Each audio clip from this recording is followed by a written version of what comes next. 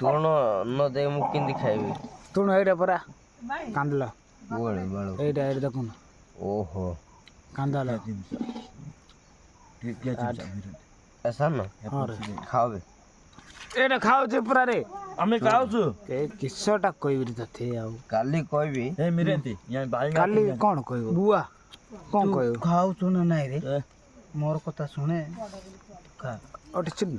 ନା ତ ଆମେ ଆସି ପହଞ୍ଚିଗଲୁଣି ସେ ଗାଁ ଭିତରକୁ କିଲାବାଡ଼ି ଗାଁ ନାଁ ହେଉଛି କିଲାବାଡ଼ି ଏ ଏରିଆରେ ବିଲ ବାଡ଼ି ସବୁ ଅଛି ଏଇଟା ତ ପଣିସ ଗଛ ଦେଖୁଥିବେ ଆମେ ଲାଷ୍ଟ ଗାଁରେ ଆସି ପହଞ୍ଚି ସାରି ଗଲୁଣି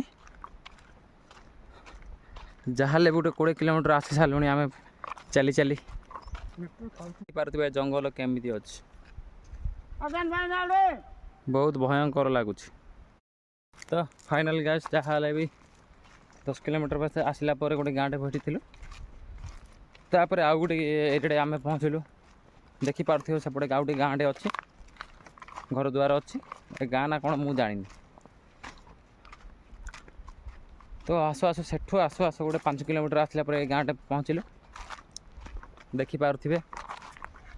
ଏ ଜଙ୍ଗଲ କେମିତି କ'ଣ ଚାଲିଛି ତାକୁ ଦେଖିବା ଆହୁରି ତ ଆମେ ଏବେ ଭେଟିଥିଲୁ ଆମେ ଏ ଗାଁରେ କେମିତି ବସବାସ କରନ୍ତି ସେ ଟ୍ରାଭେଲର ମାନଙ୍କ ସହିତ ଭେଟାଭେଟି କରୁଥିଲୁ କଥାବାର୍ତ୍ତା ହେଲୁ ତାଙ୍କୁ ତ ଆମେ ଫେସ୍ କରିପାରିଲୁ ତା ସାଥିରେ ସେମାନେ ମାନେ ତାଙ୍କୁ ଫେସ୍ ଦେଖିବା ପାଇଁ କିଛି ମନା କରିଦେଲେ ତ ସେଥିପାଇଁ ଆମେ କିଛି ଦେଖେଇ ପାରିଲୁନୁ ତ ସେଥିପାଇଁ ଆମେ ଆପଣମାନଙ୍କ ସାମ୍ନାରେ ଦୁଃଖ କିଛି ଅସୁବିଧା ନାହିଁ ତ ଆଗକୁ ଦେଖିବା ଆଗକୁ ତ ସାଙ୍ଗମାନେ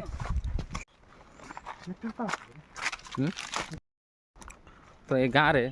ଏତେ ଏମିତି ଅସୁବିଧା ହେଇକି ମଧ୍ୟ କେମିତି ଚଳନ୍ତି ଦେଖନ୍ତୁ ମାଟି ଘର ସହିତ କେମିତି ସିମେଣ୍ଟ ଭୁଇଁକି କେମିତି ଚିଣ ଆଣିକିରି ଦେଖୁଥିବେ ଏମିତି ଯାହାକି ବର୍ଷା ପବନ ଆସିଲେ ଯାହାକି ପାଣି ବି ପଡ଼ୁଥିବ ଘରେ ଶୋଇବା ପାଇଁ ବହୁତ ଅସୁବିଧା ଦେଖୁଥିବେ କବାଟ ହିଁ ନାହିଁ ଯଦି ଏମିତି ଜଙ୍ଗଲରେ